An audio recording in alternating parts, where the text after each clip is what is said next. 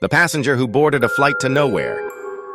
It was past midnight when Lisa arrived at the nearly deserted airport for her red-eye flight.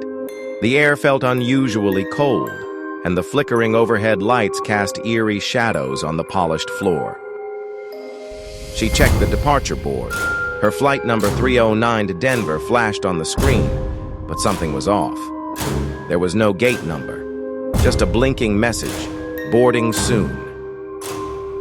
Confused, she approached the counter.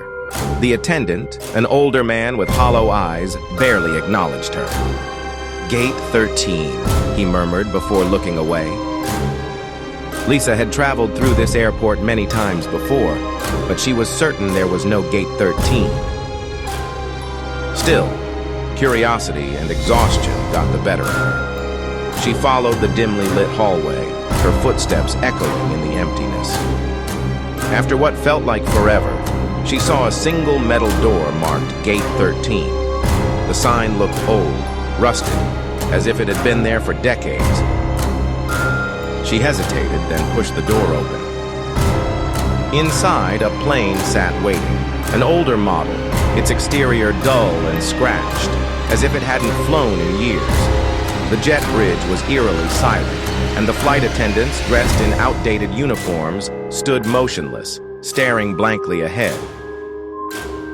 A voice crackled over the intercom. "Final boarding call for Flight 309. Please take your seat." Lisa stepped onto the plane, and as she did, her breath caught in her throat. The passengers, they weren't moving. They sat perfectly still, their faces pale, eyes wide and lifeless. She turned to leave, but the door had vanished. The plane shuddered, the cabin lights flickered, and a deep voice whispered over the speakers, "Welcome aboard, your final flight." The aircraft began to taxi, but outside the window, there was no runway, only darkness, endless, empty darkness. Lisa tried to scream, but no sound came out. The last thing she saw before everything faded to black was her own reflection in the window, but it wasn't moving